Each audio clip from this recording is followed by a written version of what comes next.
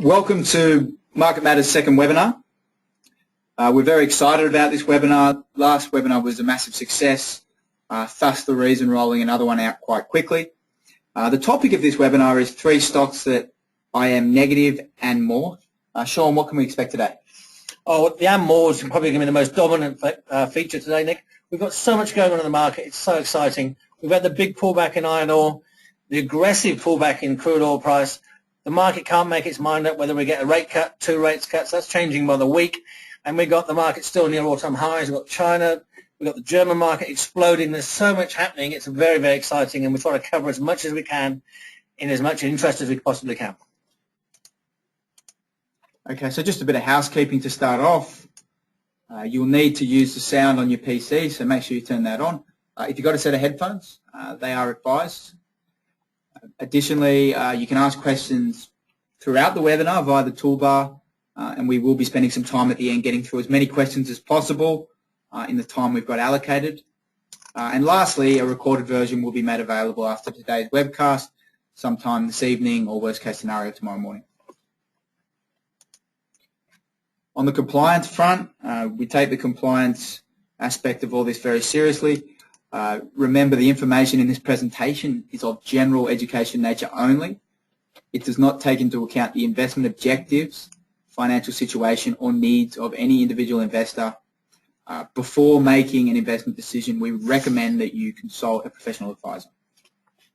Okay, let's kick things off, Shawn. First topic is, do we sell the market now? If so, which stocks? Now, you've got the chart here from the last 6 months. I must say that your calling of the market's been quite impeccable over this time in terms of the ebbs and flows. What are you seeing now, and what stocks are you selling or looking to sell?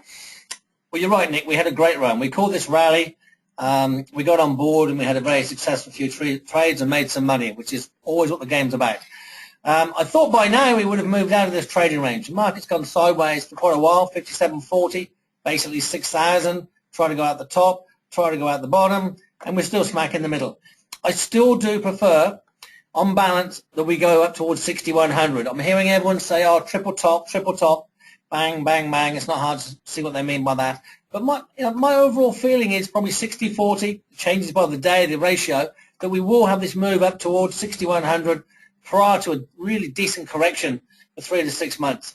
So I still think we stay, if you've got shares, hold them. I think you'll get a better price to sell most of them. Would I be chasing stocks here? I wouldn't really be chasing stocks because risk-reward-wise, if I'm only calling 200 points up before a decent pullback, it's not worth it. But I think overall, we go up first. Okay, so topic number 2 is the Dow ready for the 15% drop you have forecasted? It's been going up in quite a straight line. You have talked about that you think there's a correction looming. US interest rates going up could be a catalyst. How close are we, in your opinion? Obviously, you can't pick these things exactly. Well, I mean, you're dead right. Timing is one of the things I think the markets is it's almost impossible to get right. I have been saying now for the last 6 months that I'm looking for a decent 10-15% pullback in the market, and I still am. And if we look at it, overall, I haven't been that wrong. For the last 1, 2, 3, 4, 5, 6 months through here, the market has gone sideways with a very slight upward grind. Nothing compared to lots of other markets, including our own, which has gone up over 10% since Christmas. So I still think somewhere in this area, sorry, I'm going to get a bit carried away with the mouse, somewhere in this area, the Dow will top up, and it will, top out, and come all the way back to 16,000. So yes, is the answer. I think the market's getting poised for a very decent pullback, and it might well be interest rates that causes it. Okay, continuation of the same topic. What you've got here is the S&P 500 chart. You've actually gone all the way back to 2008, so the GFC lows. I guess you can see this market going up quite drastically in that time. Does this further reaffirm your view on the correction you think we're going to see? It does, and I think what it also does show that there's no reason to panic and throw all your shares out if you're a long-term holder in the market, because all I'm looking for, this market has gone up 300% in about 6 years. I'm only calling a pullback to here. It's not a big deal. It's maybe 300 points. Might scare a lot of people, 15%. And if you're in cash, I would suggest staying in cash. But overall, I'm calling a pullback to here. If you look at that chart, forget being a chartist, it's not a very big pullback. It's actually just a bit of noise on the way up. So if you're an aggressive trader or a margin loan trader or a in and out sort of person, sure, be very wary, because I'm looking for a very big pullback. I think it will happen sometime in the next 3 to 6 months. Timing is not my thing. And the reason I put the phases on there, Nick, is that they are just the general ebbs and flows of the market phase-wise. And phase 4, after the acceleration phase, is normally the phase where we come back, have a correction on the back of interest rates going up as the economy improves. We've got here is, sorry, I'm just going to go over this slide here. The next chart is the NYSE Composite index. Now, here you're talking, we'll see a final strong advance to fresh highs over 11,500. How is this chart different to the 2 previous ones we've just been talking about? Well, it's not, Nick. It's not different at all. And it's the chart I've really been leading with over the last few weeks in my report. And the reason I've put this one is a chart that I haven't really looked at a great deal over the last year or two, but it's a chart that I say is the clearest. And it's telling me that we should have a break clear of this 11,000 area and a failure. And when we do that, and I'm going to cover this later on when I look at a few charts of BHP and Newcrest. So just bear that in mind. To me, there's nothing more bearish than a market that breaks out to fresh highs and fails. So remember this chart at the moment. I'm looking for a break up to 11,500. If it happens and she starts to fail and come back, well, that's what I'm targeting under 10,000. It all ties in. But at the moment, right here, right now, I think the next push is likely to be up, not down. Okay, for the next topic, we're talking about the German DAX and the Chinese Composite. Now, the German DAX has had an incredible run recently on the back end of QE in Europe. Where to next for the DAX? Oh, well, actually, the subject really, I'll put this one in, is a lot of people have been asking me recently, have I got any idea what the next German DAX is, up 26-30% for the year, or what I think the next move in China is going to be, or sorry, the next move in markets that's going to represent what China's doing? And unfortunately, the answer is no, because I think we're running out of countries that are going to stimulate so aggressively. In fact, we've probably got the last 2 here. Europe is stimulating massively. They're pumping money in. German interest rates last week turned negative for the first time in history. Negative interest rates, it's hard to imagine. We're not far away from, if you want to put $100,000 in the bank, you're going to have to pay the bank for the privilege of holding your money. Pretty hard to imagine. And when we stand back in 10 or 20 years' time, we'll remember how ludicrous that situation was. But that's what's happening in Europe now. And that's why the DAX is pushing up so strongly. And as you look at that chart there in the DAX, I actually think it's got further to go, which is one of the reasons I think our market will probably get towards 6,100. I think the DAX can get to 12.5, maybe a bit more. Once it starts doing that, I'll really start to get a bit concerned about the overall health of the market. Same with the China market. The Chinese market has had an absolutely massive rally, as we can all see there, and that's on the back of stimulus, a slightly different sort of stimulus. They're opening their doors, they're letting their overseas money come in, and off she goes. So I think the 2 things we can see from this is when the goalposts move for an index, don't try and go against it, go with it, and if we get someone else that gives us a situation like this again in the next 12 months, go with it. At the moment, do I know what will be the next market? I'm afraid not. In fact, as you all know, my bigger picture view is the US comes back, so I can't actually see anything that's going to race up so much. But that looks, look at it, looks fantastic, and I think we're going to go further. Okay. Okay, so the next topic is, do we sell Australian banks into current strength? Now, you have sold your CBA and allocated some capital elsewhere. You sold your NAB, still hold Bank of Queensland. Now, to answer that question in a nutshell, what are you thinking? What are you seeing?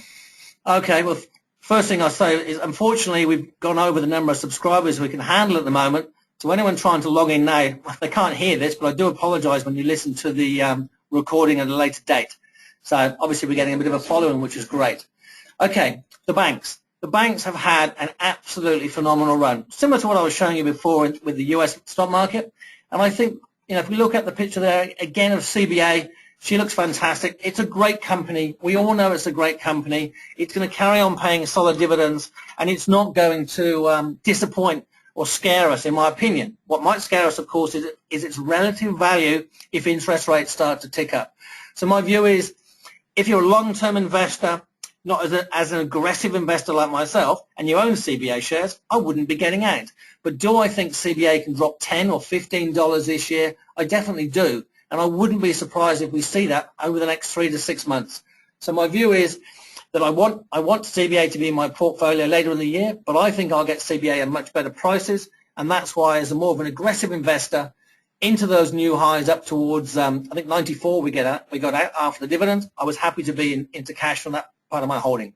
But a great company, by the weakness, I do believe we'll see it again. And if you look at that chart again, from 42 to 96, just to repeat myself, there's one $10 pullback there I've marked, but there was also a bigger pullback of $8 or $9. So even though this massive rally we've had, there are opportunities to buy stocks when everyone gets a bit scared. Are you in a position where you go short the banks, or not quite that bearish? It's more you just think they're a little bit stretched and you will get a better buying opportunity in the short to medium term? I'm not sure where I've seen more money lost, actually, Nick, over the last 4 years. People trying to sell the banks or people trying to buy the iron ore sector. Probably a neat, pretty simple game. So overall, no, I'm not looking to go short the banks. Underweight the banks could be regarded as being short. And yes, I am looking to go underweight the banks over the course of the next month or two. I probably am underweight the banks now, actually. So, we've got ANZ, we've got NAB, and we've got Westpac that are all due to pay their dividends in May. We've got we are in the strongest period of the year for the banks, March and April. They normally go up, I think, 5.7%. They're nowhere near that at the moment, even though they had a relatively strong day today. So, again, I look at that chart of ANZ. Look at it. It's had a pullback of 570, 520, 460. It's had some pretty big pullbacks. And I think that we're getting ready for one again. It might bounce around in this region for a while. But if I was in cash, which a lot of their subscribers are, I wouldn't be chasing stocks at these levels unless you're really, really keen on dividends and they really obviously fit you financially. But in terms of capital gain, I think this is a very high-risk place to be buying the banks, more like the last piece of the pie before they have a very good pullback.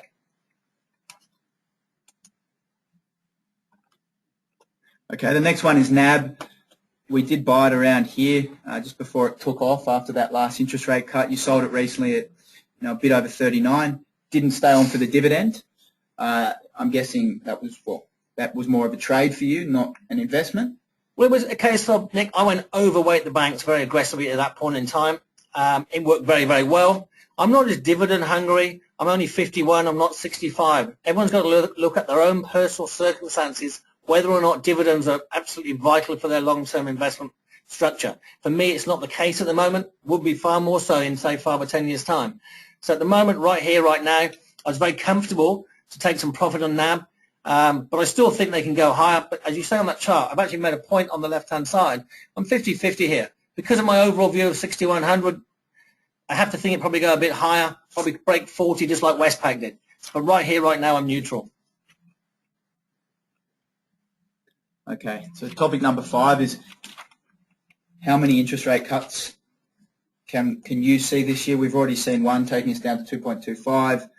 You said before that you were expecting a cut. We didn't see it.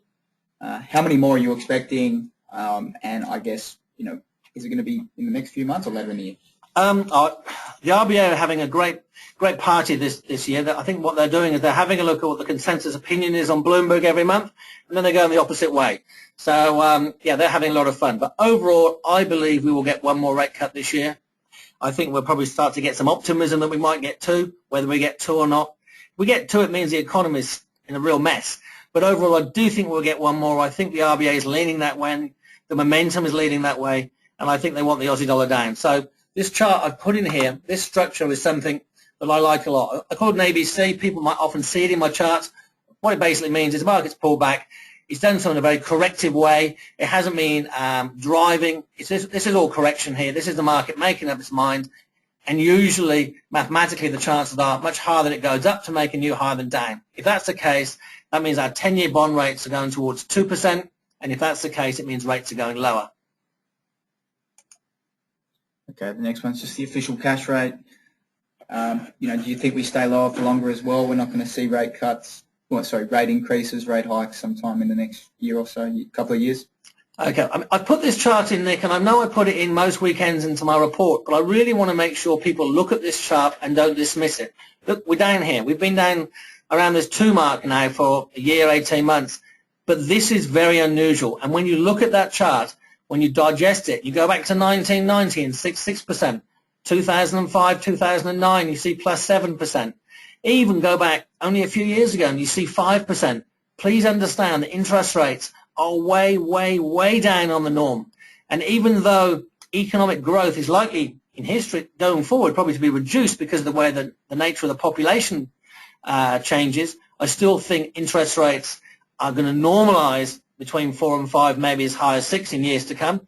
And so people should be very aware of this, because a lot of our share market is valued because of interest rates, because of free money out there. So I'm not trying to scare people. I'm just telling people, just be aware of that. You start to get a feel interest rates are going to start to rally. The high-yielding stocks, the banks, are going to pull back. Okay, and the next chart you've included is the December bank bill futures monthly chart. What's the reason why you put this in here? Okay, perfect question. I've put this in here because we're at 98. That represents 2% interest rates. So how you calculate the interest rate is simple, 100 minus 98. So at the moment, the market is factoring in interest rates being at 2% by Christmas.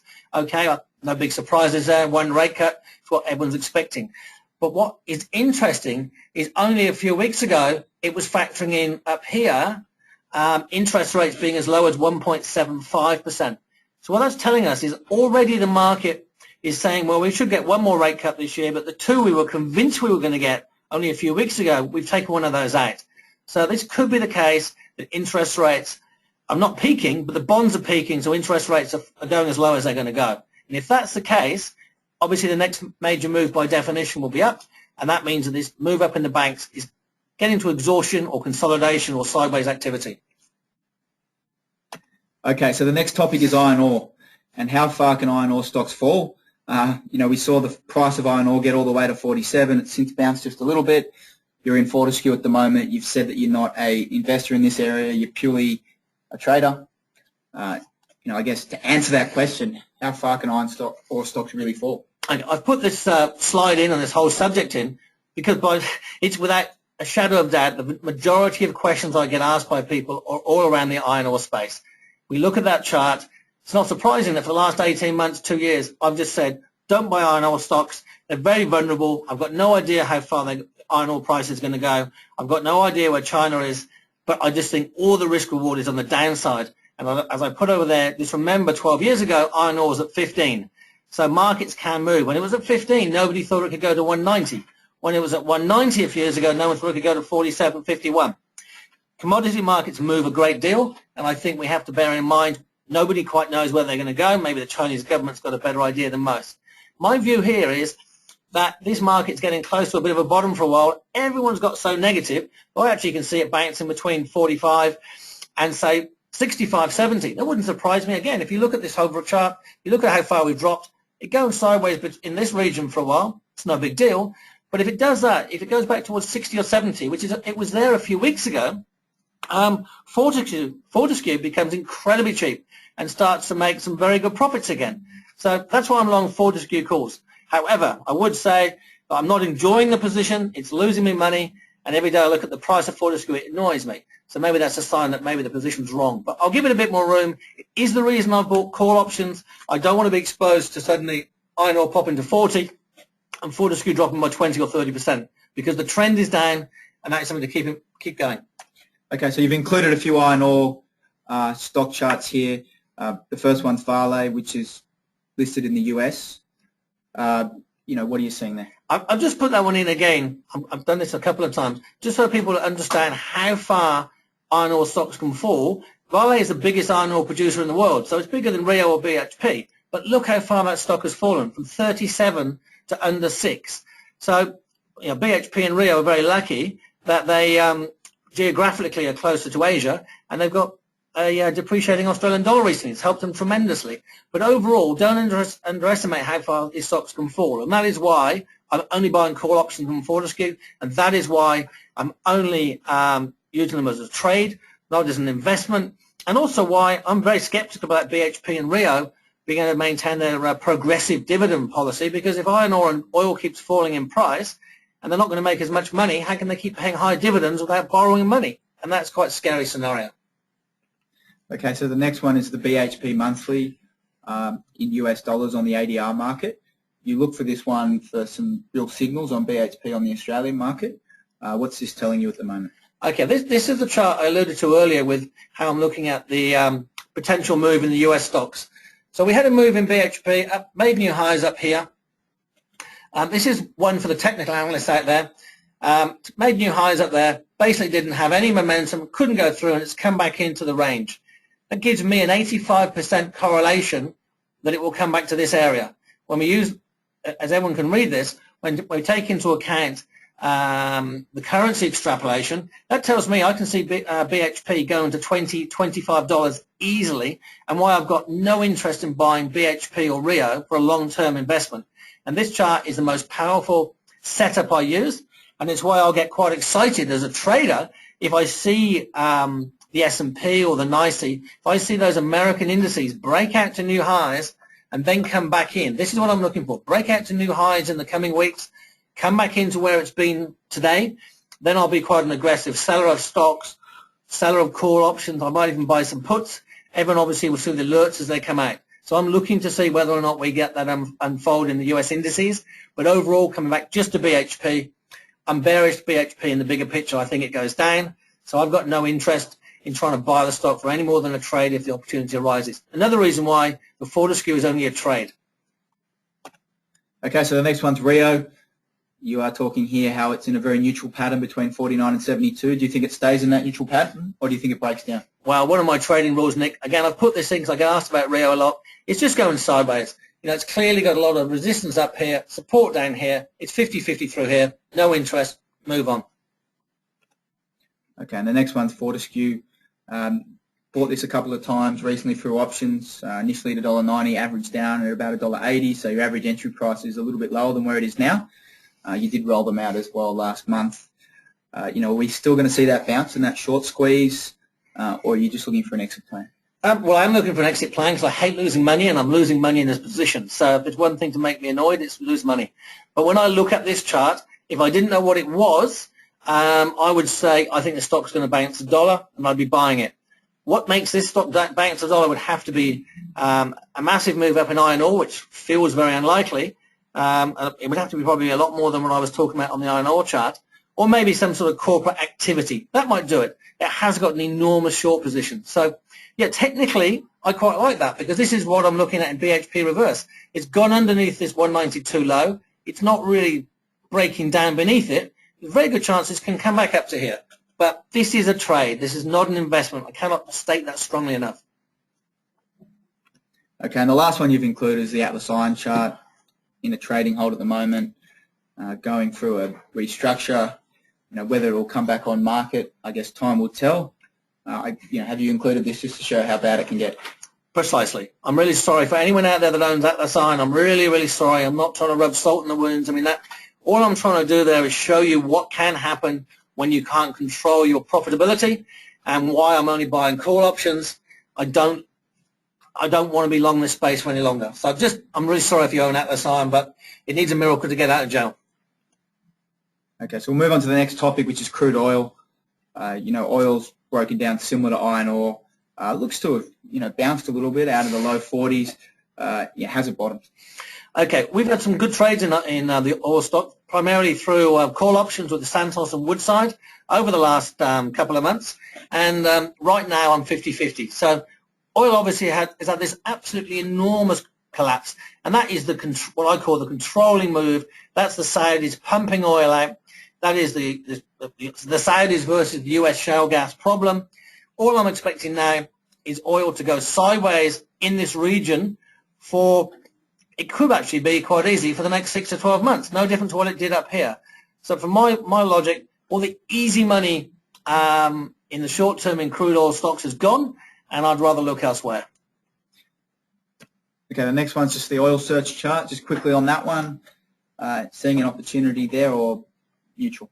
Well, the same thing. I've just looked at the oil, or crude oil itself. Crude oil itself looks like it's going to go sideways for me, sideways maybe slightly higher.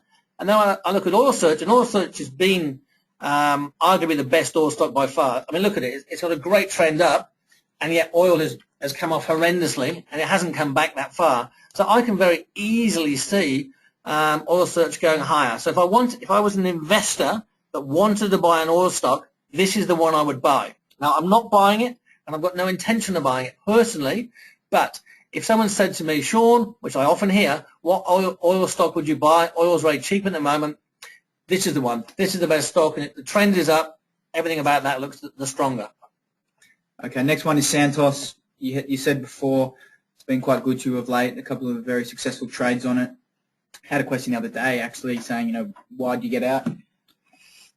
Yeah, we did. Okay, well, that chart, I think most people will be able to see. This move down in the Santos price is actually very similar to the move down in the oil price itself. And that shows you, compared to the oil search chart where we went straight up like that, Santos has come straight down. So of the two, anyone that would try and say to me, oh, look at this, Santos is much cheaper than oil search, I'll buy Santos, I'm the other way. I'll be saying, no, oil search is a better company. The market's happier with it. At the moment, I'd rather be buying the oil search. And again, this is the sort of price action. We had a couple of dollars bounce up here, a couple of dollars off here. This might bounce back to $8 or $9 quite easily. But I put that trade on for a quick, sharp move towards 770, 780. It's gone a bit further. But the reason I got out, it did what I wanted to. It did it quickly, which with options is useful. I took my profit. Do I think that will go a bit higher? I think on balance, yes, I do. But overall, I think it'll be a choppy correction, and I think the easy money's gone. Okay, the next one's Woodside. When you traded Santos recently, you did call Woodside up, and it did have a good little bounce up. Are you seeing anything there? For the investor, is it worth looking at for a multi-year play? I'm not that keen on Woodside, I'm afraid, Nick. It's had a look at it again. Compare that to oil search. Where would you rather be? One's going up, one's going sideways, and Santos is going down. This is obviously the sideways price action. So no, it's not really where I'm keen to be. If I was actually trading that, I'd say sell bounces. Short term, it's probably going to squeeze a bit higher, but the longer term, I remain bearish. So to me, just leave it alone. Okay, next topic is any more takeover stocks that you like. What you've included here is the ASX 200 REIT index monthly chart. What's the reason this is in here? Okay, well, the reason is very simple. When I'm looking for a stock to buy at the moment, I'm getting more and more cautious because I think this market might get to 6,100. But if I'm right, and then the US is going to pull back 50 or 20%, I want to be in stocks that have a possibility of more than just going up and then straight back down. If you work out the commission of getting in or the commission of getting out for the average investor, by the time we've done that, we'll probably be lucky to break even. So the reason I put this is a sector I like. I think the REIT sector looks very healthy. I still think it can get up to here. It's had a couple of months going sideways after a strong move. That's something I like the look of. So firstly, this is a sector I've been bullish now for a few months, as you all know. And then we follow that on. I look at the stocks within it, and the stock within it that I've bought recently, I bought Mirvac. Now, the chart for Mirvac is not as attractive, but I've bought it because the Japanese are on the register. I think there's a more chance for takeover there than probably anything else in the space. Hopefully I'm right. But I like the look of that on a more fundamental basis. Much more price action underneath 180, and I'll take a lot and get out and walk away. But right here, right now, I like Mirvac, and I think it could be taken over. There's a lot. I do anticipate, with interest rates where they are, as you all know, a lot more activity in the takeover space. And that's why I bought Mirvac, and that's why I quite like it at that situation. Okay, you've included Mesoblast in here as well. What's the reason for that one?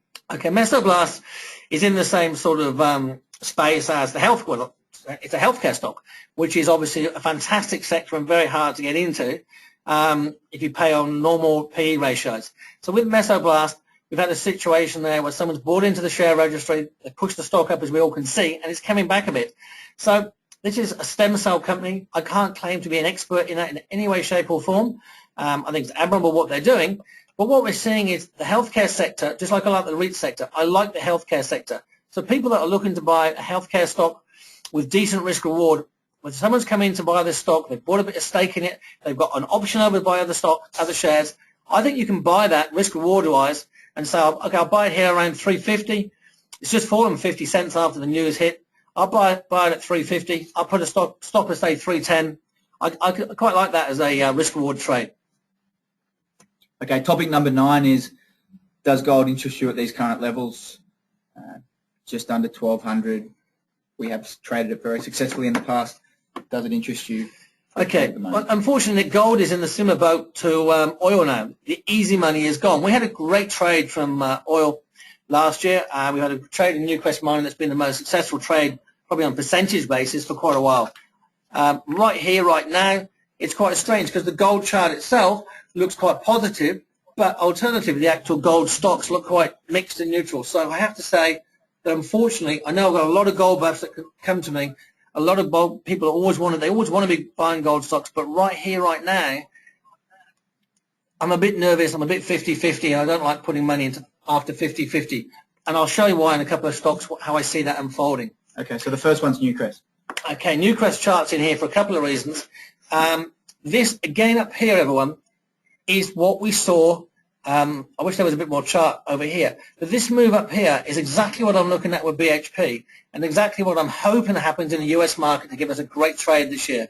A false breakout, couldn't follow on with it, and it comes back into the trading range that's been established for a long time. And bang, we get a bad trend, in fact, an awful trend.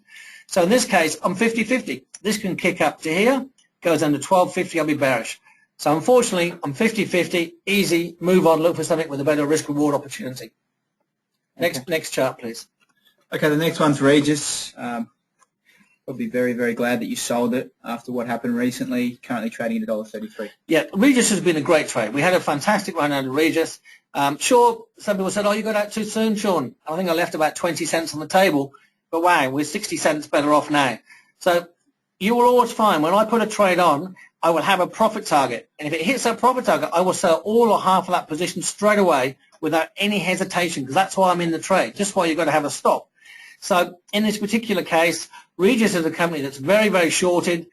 Technically, if Regis starts going down towards $1, I think it's probably a very, very aggressive speculative buy, but I'll be looking at it. But right here, right now, I can see it going back towards $1, so I can't touch it. And that's what makes me, again, be a bit neutral on the whole gold space. I can't see a great deal there. Okay, so topic 10 is what 3 stocks are you negative at current levels? You know, I guess the topic of the webinar was what 3 stocks you're selling, but we've gone past that point, and now they're the 3 stocks that you're negative on at these current levels. Which ones are they, and can we talk about them? Okay, well that hasn't really changed, but I want to. At the end of the day, most views on stocks, unless you've got ants in your pants, they're going to be consistent for quite a while. And these 3 stocks, I have been negative for a while, and I'm remaining negative. I would not be considering buying them. So the first one is BHP. I've mentioned it earlier. I still think BHP comes back to 20, 25. Depending what the Aussie dollar does, may even be lower. So BHP, I'm afraid, I know a lot of people own it. It's the most inherited asset in Australia, but I'm still negative. Next one. Okay, next one's Woolworths. Reported pretty badly recently and got smashed below 30. Okay, no change, Nick. Woolworths concerns me. In the bigger picture, we've got enormous lots of competition coming in. Overall, Woolworths has had it easy for a long, long time. Woolworths and Wesfarmers looking quite different. Wesfarmers, if you want to own one of the two, Wesfarmers to me is far healthier. I can see Woolworths coming back well under 25, somewhere towards that 22, 23. Back down there, I'll have a look at that. I'll have a look at Wesfarmers, and I might put a bit of it in some portfolios. But still, I've been bearish that stock since into the mid-30s. I did a report, said I don't like the look of it. That hasn't changed. I still think it goes lower. The easy money is gone on the downside, but I still think the stock goes lower. So I'm afraid for everyone holding it, I'm still bearish. Okay, and the third one's Seek. You have been bullish this in the past, so this one's relatively new. What are you seeing there? You're saying think it coming back below 15 or lower? No, I've had this in my report for a while, and the reason I'm put this one in with a smile on my face is this is a stock I like. It is a stock I'd like to own. It just simply got too expensive. Both on a fundamental basis and in terms of it just went too far, too fast. So I'm very keen to buy Seek if it gets under $15. Now, I've said when it broke out towards 19 and failed, it came back in. I don't like the look of it technically. I've been bearish for a while, targeting 15. I still think it will get back towards 15. If it gets back towards 15 and other world stock markets have done roughly what I've been looking for in their pullback phase over the next 3 to 6 months, then it is one of the stocks I'll look to buy because I do like what it does. I do like the way it's expanding around the world. Okay, that completes the actual presentation. Now we're just going to go through a few questions that have built up whilst we're doing the presentation. Shawn, just first of all, we've had a subscriber email in and ask you for your current views on Bank of Queensland. You obviously hold that. You bought that for the dividend. You got that at a pretty good price. It since has tracked a little bit lower. What are you seeing there at the moment? What's your current view? That's a question from Boris. Boris likes to always ask me curly questions. Thanks for that one, Boris. I do hold Bank of Queensland. I would probably have sold that by now, Boris, personally, but I want to keep the franking credits, having held it so long.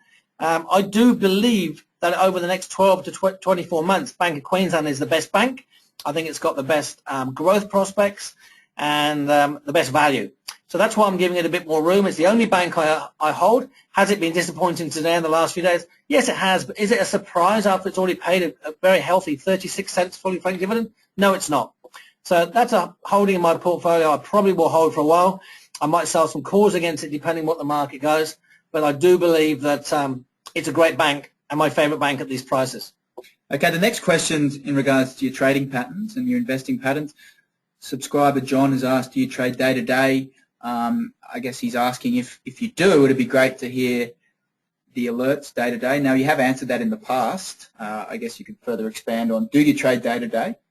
I will sometimes put a day trade on for myself, but you know, I'm not this whole subscription is really about investing, active investing, perhaps aggressive investing, but and trading. I do some trades, as you know, Fortescue and Santos, etc. But day-to-day trades, if I'm doing nothing and I see the market gives me an opportunity to make a few points, I might do it. But overall, day-to-day, no, all the trades I put on and hold, all of them come over the alerts.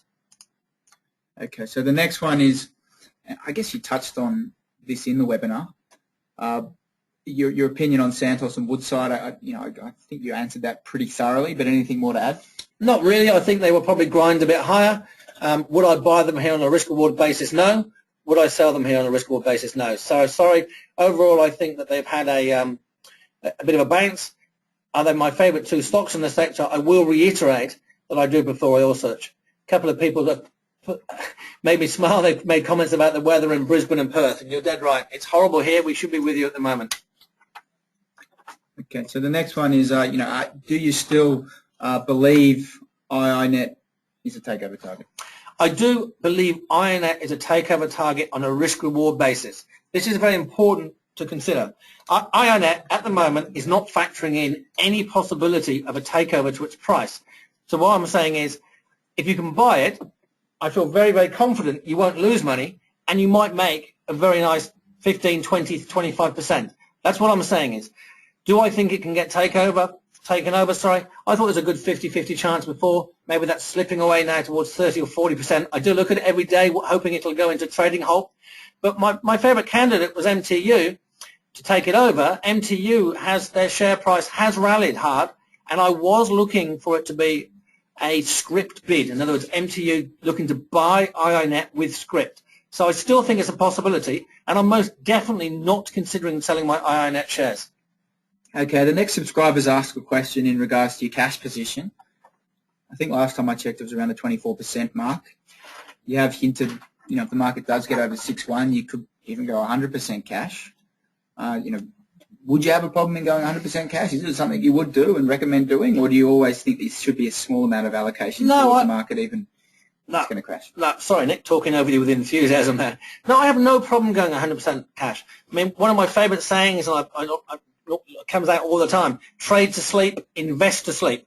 So I've got a client that's going off to Vietnam in a few weeks' time, and I said to him, well, if I'm right and we start to get a bit of a top around that time, take some profit, put X% of your portfolio into cash and go to Vietnam and enjoy it. So I will have no hesitation going 100% to cash. The market keeps on going up, I can buy it back. One thing that I've got used to as I've got older is if I sell a stock at $5, it doesn't bother me if I buy it back at $6. I've gone past that ego, which I never would have done 20 years ago. So I have no hesitation in buying a stock back at a higher price than I got out of. It's all about making money at the end of the year, not being right. And those are two very, very different factors. All you're trying to do is get the best return. So yes, I will happily go 100% to cash. Okay, we've had a question in regards to the weather at the moment. Obviously quite terrible in Sydney. But, with the current storm damage on the East Coast, Shawn, would you be considering any shorting opportunities in insurance companies? Oh, I think that I don't think it's going to make a great deal of difference. What do we see today? I think IAG was down 1 cent and Suncorp was up. So people have put the ruler across their numbers. I don't think this is a big hailstorm in Queensland that has a big impact on Suncorp's bottom line sometimes. Overall, not really. Those aren't sectors that I'm overall that keen on buying around here. I think they're good companies, but I do think they're going to have a pullback, so I'm not really playing in that space at the moment. So no, I think the weather's more a concern about how we get home without getting soaked. Okay, and another one is from another subscriber or a trial, I'm not too sure which, but what price you would buy Mirvac at? Obviously, they've missed the boat on that. I think it is probably around your entry price or a little bit lower. Well, exactly. So I paid over $2, and it's closed today just under $2. So I guess I'd still buy it here. I would have no hesitation buying Mirvac here. I still like the stock, and I'll watch it very closely to see what it does over the course of the next month or two. But I do think that seeing as I paid more for it and I still like holding it, of course I'd still buy it here. Okay, and then just another one in regards to a couple more stocks. Ansell that you've bought and sold very successfully in the past, along with Flight Centre, and Primary Healthcare. Any thoughts on any of those? Okay, well, one at a time. Ansell, I do like. I think it's I really made a mistake getting out of that stock way too early. But I'm looking for it to consolidate. It's had a phenomenal job of integrating an acquisition. It's run extremely hard now. So from a risk-reward point of view, let's wait and see what opportunities do arise. But it's a stock I would love to own, and I just want to own it a bit lower. And that will be a stock I'd more than definitely end up paying more for than I got out at. Flight Centre had some downgrades last year, been very choppy. I'm leaving that alone. I'm not sure here. So it's a bit illiquid at times. Very hard for me to get all in or all out without moving the share price about a bit. So the trend isn't clear. I'm leaving it alone. Primary Healthcare has had a very, very big move up. It's come back a bit of recent. A few of my clients own that I talk to. And as long as it can hold around this area, I'd stay with it. It's in the right sector, but I wouldn't want to see much more weakness. So much above this 520 area, which it tapped on today, 530, 540, I actually would be taking part profit if I owned it, but I don't own it, so it's very easy to say that. Okay, so on another one here, on a stock that you currently own, where does Vocus fit into the telco picture? I think Vocus is a great company that a lot of people don't know about. I think it's got phenomenal outlooks over the next 2 to 3 years, and it might get taken over, but it's a data company, and it's in the right sector, it's in the right space. It's more of a fundamental play for me, that one, than a technical play. It's had a big move up, when the IronNet takeover came through. It's having a rest now around the $6 mark, plus or minus 10%, and I think it can kick well over 7 from here. Okay, great. So that pretty much runs us out of time. We only have time for the 45 minutes. Now, just a few things. I'd like to thank everyone for their engagement and the questions. And please keep them coming. If there's something that you had to ask and didn't get the chance to, please send it into info@Market Matters, and I'm sure Shawn will contact you directly. Additionally, a copy of this will be made available to everyone that has attended and not attended to watch at your discretion. And also, if you are not a member and you're watching this and you'd like to take a subscription, please email into info@Market Matters, and we'll get in touch with you as soon as possible. And the last thing was, we have been overwhelmed with the amount of attendees that have attended, and we have gone over our allocation. So we will be sure to be buying a larger allocation next time as this trend is continuing. Shawn, thanks a lot for your time. It's been really good. It's been very insightful. Yep, thanks, Scott. Really enjoyed it. Just very quickly, I hope the weather, on a serious note, is okay for everyone. And when you do ask questions of me by email, I will get back to you as fast as I possibly can. But ideally, if you put a phone number there, put an ideal time to call you or an email, so I don't keep trying to get hold of someone and they're not there. Have a great night. Talk to you soon. All right.